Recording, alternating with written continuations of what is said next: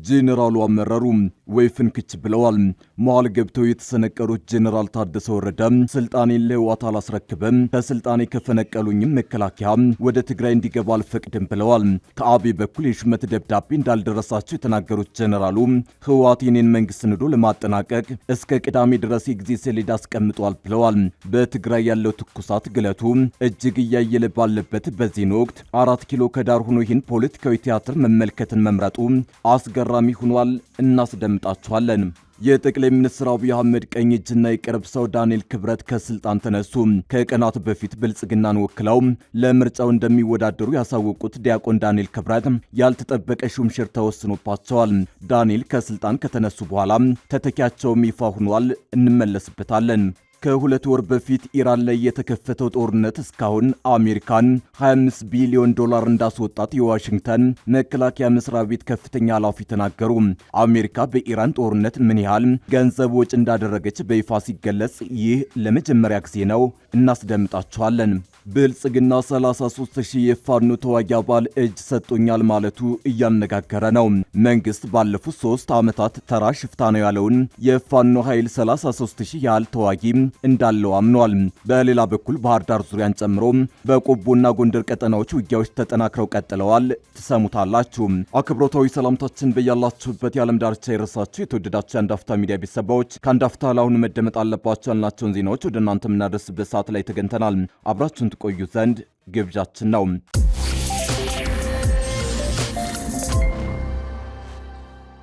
ጄኔራሉ አመረሩ ወይ ፍንክች ብለዋል። መሃል ገብተው የተሰነቀሩት ጄኔራል ታደሰ ወረደ ስልጣኔን ለህወሓት አላስረክብም፣ ከስልጣኔ ከፈነቀሉኝም መከላከያ ወደ ትግራይ እንዲገባ አልፈቅድም ብለዋል። ከአብይ በኩል የሹመት ደብዳቤ እንዳልደረሳቸው የተናገሩት ጄኔራሉ ህወሓት የኔን መንግስት ንዶ ለማጠናቀቅ እስከ ቅዳሜ ድረስ የጊዜ ሰሌዳ አስቀምጧል ብለዋል። በትግራይ ያለው ትኩሳት ግለቱ እጅግ እያየለ ባለበት በዚህን ወቅት 4 ኪሎ ከዳር ሆኖ ይህን ፖለቲካዊ ቲያትር መመልከትን መምረጡ አስገራሚ ሆኗል። ስልጣናቸውን በሰላም አስረክቡ ካልሆነ ከባድ ስህተት ነው የሚል ማስጠንቀቂያ የደረሳቸው ሌተናንት ጄኔራል ታደሰ ወረደ እንደ ፊኛ ተወጥረዋል። ትናንት በሪዮት ሚዲያ ቀርበው እኔ ማስረክበው ነገር የለም ቢሉ ህወሓት ግን አስተዳደራቸውን አፍርሶ የራሱን አስተዳደር ለመገንባት እስከ ቅዳሜ ድረስ የጊዜ ሰሌዳ አስቀምጧል። ከአብይ በኩል የሹመት ደብዳቤ እንዳልደረሳቸውና ስልጣናቸውን መራዘሙ በስልክ እንደተነገራቸው መግለጻቸው ብልጽግና በህወሓት ቤት ትልቅ ፖለቲካዊ ቁማር እየተጫወተ ይሆን ወይ የሚል ጥያቄን አጭሯል። በትግራይ ነገሮች ከቁጥጥር ውጭ እየወጡ ነው ያሉት ጄኔራሉ የፌዴራል መንግስት ጣልቃ እንዲገባ ይጠይቃሉ በሚለው ጉዳይ ላይ አቋማቸውን ይፋ አድርገዋል። ጄኔራሉ ስልጣናቸውን እንዲያስረክቡ ከህወሓት በኩል ለቀረበባቸው ማሳሰቢያ በሰጡት ምላሽ እኔ ማስረክበው ነገር የለም ብለዋል። እኔ ማስረክበው ነገር የለም፣ ይሄ አጥፊ አካሄድ ተገቢ እንዳልሆነ እየገለጽኩ ነው። የለም በዛ መንገድ እንሄዳለን ካሉ ግን እንደፈለጉ ያድርጉ የሚል ግዴለሽነት የተጫነው መልስ ሰጠዋል። ትግራይ ላይ እያንዣበበ ካለው አደጋ አንጻር የኔ በፕሬዝዳንትነት መቀጠል አጀንዳ አይደለም። የኔ ፍላጎት ይህ ህዝብ ከጊዜው አስተዳደርነት ወጥቶ በመረጠው መንግስት ሲተዳደር ማየት ነው ሲሉ አክለዋል። ጄኔራሉ ምንም እንኳን ትግራይ ላይ የጥፋት አደጋ አንዣቧል ቢሉም ነገሮች ከቁጥጥር ውጭ ሆነዋል ብዬ ፌዴራል መንግስት ጣልቃ እንዲገባ ጥሪ አላቀርብም። እንደዛ የማድረግ መብት እንዳለኝ ባውቅም እኔ ግን አላድርገውም፣ የሚሆነውን እናያለን ሲሉ የፌዴራል ኃይል ወይንም መከላከያ ወደ ክልሉ እንዲገባ ጥያቄ እንደማያቀርቡ ይፋ አድርገዋል። ጄኔራሉ በማብራሪያቸው የህወሓት አካሄድ ትግራይን የከፋ ችግር ውስጥ እንደሚያስገባ አስጠንቅቀዋል። ህወሓትን በ2012 ከጦርነት በፊት የነበረው ምክር ቤት እንዲመለስ መወሰኑን እንደማይቀበሉ ገልጸው ወደ ጦርነት የሚወስድ የእብደት አካሄድ ትተን አጋጣሚውን ለመልካም ዕድል እንጠቀምበት ብለዋል። የጊዜው አስተዳደሩን ከማራዘም ይልቅ ልዩነቶችን ፈቶ ትግራይን ወደ መደበኛ ምርጫ ማሸጋገር እንደሚመርጡም ተናግረዋል። ጠቅላይ ሚኒስትር አብይ አህመድ ሳያማክሯቸው ስልጣን ያራዘሙላቸው ጄኔራሉ ከዚህ በኋላ ስልጣን ላይ በመቆየት የሚቀይሩት ነገር ስለመኖሩ እርግጠኛ ለመሆናቸውንም ገልጸዋል። ህወሓት ውድቅ ያደረገውን ሹመታቸው መራዘሙን የሰሙት ወደ መቀሌ ከተመለሱ በኋላ መሆኑን እንዲህ ሲሉ ገልጸዋል። የሹመት ደብዳቤ ደብዳቤ እስካሁን አልተሰጠኝም። የስልጣን ጊዜ መራዘሙ እንደ ተራ ነገር በስልክ ነው የተነገረኝ በማለት በአሁኑ ወቅት በትግራይ ውስጥ በርካታ ክፍፍሎች መፈጠራቸውን የገለጹት ጀነራሉ ከጊዜያዊ አስተዳደር ዕድሜ መራዘምም ከህወሓት አካሄድም የተለየ መንገድ አለ ይላሉ። ይሄውም በተለያየ ጎራ የተከፋፈለው የትግራይ ኃይል እንዴት ሰብስበን ትግራይን ወደ ተሻለ መንገድ እናሸጋግራታለን፣ እንዴት የተሻሉ አማራጮችን እናያለን በሚል መክሮ መውጫ መንገድ መፈለግ ነው ብለዋል። የህወሓትን አካሄድ የተቃወሙት ጀነራሉ በምንም አግባብ ትግራይ ወደ ጦርነት መግባት እንደሌለባት አሳስበዋል። ጀነራሉ ይህን አቋማቸውን ሲገልጹ እኔ ወታደር ነኝ፣ ብዙ ጦርነቶችን መርቻለሁኝ። ጦርነትና የጦርነትን አስከፊነት ጠንቅቄ ያውቀዋለሁ። ለጦርነት ምክንያት ሊሆኑ የሚችሉ በርካታ ምላሽ ያላገኙ ጥያቄዎች አሉ። ሆኖም ግን ጦርነት ምክንያት አለኝ ዘው ብለህ የምትገባበት አይደለም። በተለይ የትግራይ ህዝብ ደግሞ አሁን ያለበት ሁለንተናዊ ሁኔታ ጦርነት የመሸከም ትከሻ የለውም። እኔም የትግራይ ህዝብ ጦርነት አያስፈልገውም የሚል እጅግ የጸና አቋም አለኝ። ችግሮቻችን ሁሉ ከጦርነት በመለስ መፈታት አለባቸው የሚል ቁርጠኛ አቋም አለኝ ብለዋል። ጄኔራል ታደሰን ስልጣን አስረክብ ያለው ህወሓት ከፌዴራል መንግስት ጋር ያለው የግንኙነት ገመድ ተበጥሷል በማለት ከ4 ኪሎ የሚሰጥ መመሪያ እንደማይቀበል በይፋ አውጇል። ህወሓት የራሱን የቀድሞ አስተዳደሩን ለመመለስ መወሰኑን ተከትሎ ከፌዴራል መንግስት ጋር የገባበት ውጥረት አይሏል። በሁለቱ ኃይሎች መካከል የተፈረመው የፕሪቶሪያ ስምምነት ህልውና አደጋ ላይ መውደቅ ወደ ጦርነት እንዳያመራ ከፍተኛ ስጋት ፈጥሯል። ከሁለት ወር በፊት ኢራን ላይ የተከፈተው ጦርነት እስካሁን አሜሪካን 25 ቢሊዮን ዶላር እንዳስወጣት የዋሽንግተን መከላከያ መስሪያ ቤት ከፍተኛ ኃላፊ ተናገሩ። አሜሪካ በኢራን ጦርነት ምን ያህል ገንዘብ ውጭ እንዳደረገች በይፋ ሲገለጽ ይህ ለመጀመሪያ ጊዜ ነው።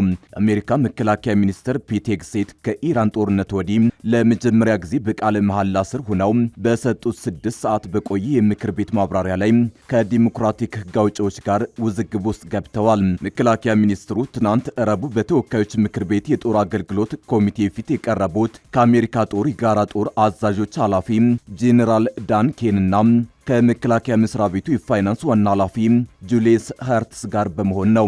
ሄግሴት ባደረጉት የመክፈቻ ንግግር የተጋፈጥነው ትልቁ ጠላት የዲሞክራቶችና የተወሰኑ ሪፐብሊካኖች የሽንፈት ቃላቶች ነው ብለዋል።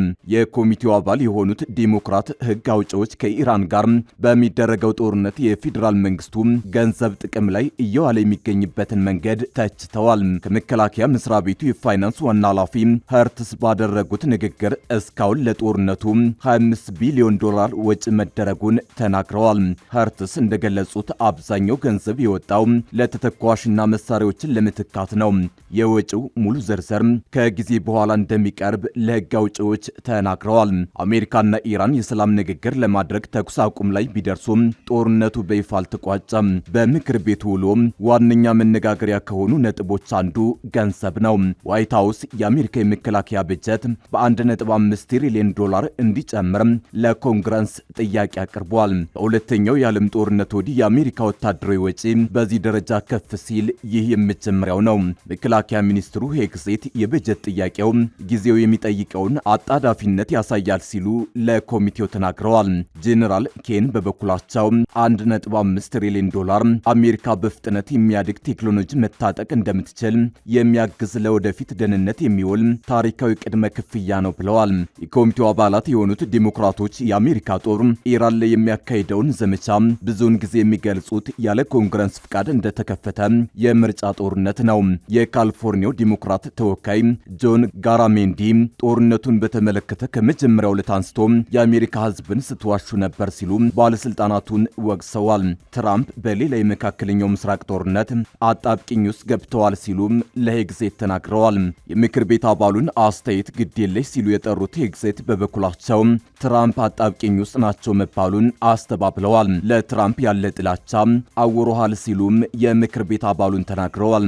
የኮሚቴው አባል የሆኑት አብዛኞቹ ሪፐብሊካኖች ከመከላከያ መስሪያ ቤቱ ጎን ቆመዋል። የኮንግረስ አባሉ ካርሎስ ኢራን የህልውና ስጋት ናት ብለው እንደሚያምኑ ገልጸዋል። የጠቅላይ ሚኒስትር አብይ አህመድ ቀኝ እጅና የቅርብ ሰው ዳንኤል ክብረት ከስልጣን ተነሱ። ከቀናት በፊት ብልጽግናን ወክለው ለምርጫው እንደሚወዳደሩ ያሳወቁት ዲያቆን ዳንኤል ክብረት ያልተጠበቀ ሹምሽር ተወስኖባቸዋል። ዳንኤል ከስልጣን ከተነሱ በኋላ ተተኪያቸውም ይፋ ሆኗል። ጠቅላይ ሚኒስትር አብይ አህመድ ወደ ስልጣን ከመጡ አንስቶ በርካታ ጓዶቻቸው ከጎናቸው ሲሸሹ እስካሁን ድረስ አብረዋቸው ከዘለቁ ግለሰቦች መሃል ዲያቆን ዳንኤል ክብረት አንዱ ናቸው። የጠቅላይ ሚኒስትሩ የማህበራዊ ጉዳዮች አማካሪ እንዲሁም የኢትዮጵያ ፕሬስ ድርጅት የቦርድ አመራር የነበሩም ሲሆን በዛሬው ዕለት ድንገተኛ ሹምሽር ተደርጎ አንደኛውን ስልጣናቸውን አጥተዋል። ዕለታዊዎቹን አዲስ ዘመንና ዘኢትዮጵያን ሄራልድ ጋዜጦች የሚያሳትመው የኢትዮጵያ ፕሬስ ድርጅት በወይዘሮ ብሌን ማሞ ሰብሳቢነት የሚመራ 9 አዲስ የቦርድ አባላት ተሹሞለታል። በዚህ አዲስ ሹመት ለ3 ተከታታይ ጊዜያት በቦርድ አባልነት ሲያገለግሉ የቆዩትና በተቋም ቆይታቸው ወደር ያልተገኘላቸው ዲያቆን ዳንኤል ክብረት ሳይካተቱ ቀርተዋል። ይሁን እንጂ ዲያቆን ዳንኤል ከጥር ወር ጀምሮ የኢትዮጵያ ብሮድካስቲንግ ኮርፖሬሽን ኤቢሲ ቦርድን በሰብሳቢነት እየመሩ እንደሚገኙ ይታወሳል።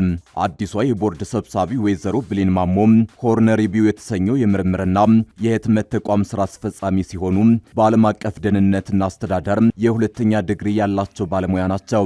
ከእሳቸው ጋርም እንደ አቶ አፈወርቅ በደዊ፣ አቶ ሀፍታይ ገብረ እግዚአብሔርና አቶ ተስፋዬ ዘውዴ ያሉ የሚዲያና የኮሙኒኬሽን ዘርፍ አመራሮች ቦርዱን ተቀላቅለዋል። በተጨማሪም የማህበራዊ ሚዲያ ተጠቃሚዎች ዘንድ የሚታወቁት ሚኒስትር ዴታ ፈዲላ ቢያና አንቂው አቶ መሐመድ ካሳ የአባላቱ አካል ሆነዋል።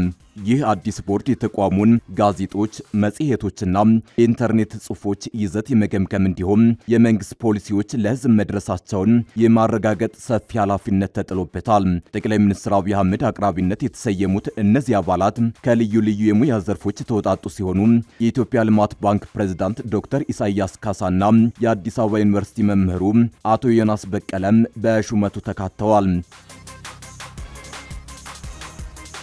ብልጽግና 33000 የፋኖ ተዋጊ አባል እጅ ሰጥቶኛል ማለቱ እያነጋገረ ነው። መንግስት ባለፉት 3 ዓመታት ተራ ሽፍታ ነው ያለውን የፋኖ ኃይል 33000 ያህል ተዋጊ እንዳለው አምኗል።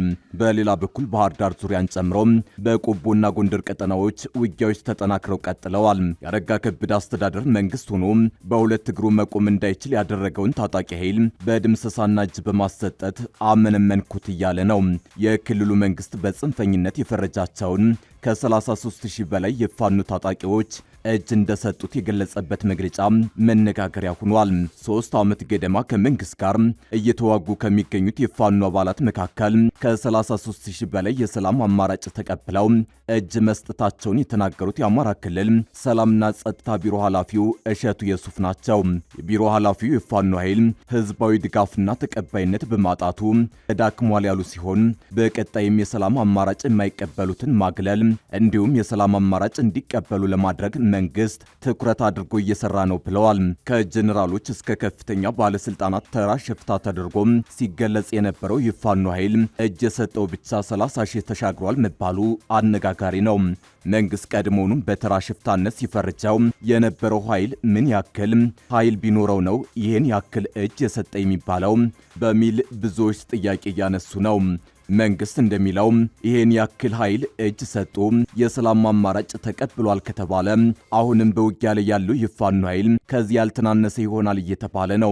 በአንድ በኩል ከ30,000 በላይ ኃይሉን አጥቶ ተዳክሟል የሚባልለት ፋኖ በሌላ በኩል አሁንም ከመንግስት ኃይሎች ጋር እየተዋጋ መሆኑን በየጊዜው የሚወጡ መረጃዎች ያረጋግጣሉ። የክልሉ መንግስት ታጣቂዎች ተዳክመዋል ቢለም ከሸዋ እስከ ወሎ ከጎንደር እስከ ጎጃም ውጊያዎች መቀጠላቸውን መከላከያ ሰራዊት የሚያወጣቸው መረጃዎች ያመላክታሉ። አሁንም በመንግስት ኃይሎችና በፋኖ ታጣቂዎች መካከል የሚደረጉ ውጊያዎች ያለማቋረጥ ለሳምንታት የሚደረጉ ጭምር ናቸው። ከሰሞኑ እንኳን በወሎ ቀጠና በተለይም በራያ ቆቦ አካባቢ ለተከታታይ 15 ቀናት የዘለቀ ውጊያ መደረጉን መከላከያ ሰራዊት ዛሬ ረፋድ አስታውቋል። ራያ ቆቦ ላይ ከፍተኛ የሞሽረት ንቅንቅ ሲደረግ መሰንበቱን ሁለቱ ተፋላሚ ኃይሎች በየፊናቸው ያወጧቸው መረጃዎች ያመላክታሉ። በራያ ቆቦ ተራራና ሰንሰለታማ አካባቢዎች ላይ በተካሄደ ውጊያ መከላከያ በፋኖ ላይ ከፍተኛ ኪሳራ ማድረሱን ገልጿል። በውጊያው ፋኖ ቀብሮት ነበር የተባለ 818 የዲሽቃ 515 የሞርተር እንዲሁም የምትረየስ ጥይትና 520 የሞርተር ፊውዝ 43 የሞርተር ካምሱር መማረኩንም ጠቁሟል። በተመሳሳይ በቀጠናው በሚንቀሳቀሰው ፋኖ በኩል ውጊያ መካሄዱን የሚያረጋግጡ መረጃዎች እየተሰራጩ ነው። በራያ ቆቦ ውጊያ የፋኖ ታጣቂዎች በመንግስት ኃይሎች ላይ ድል እንደቀናቸውም ገልጸዋል።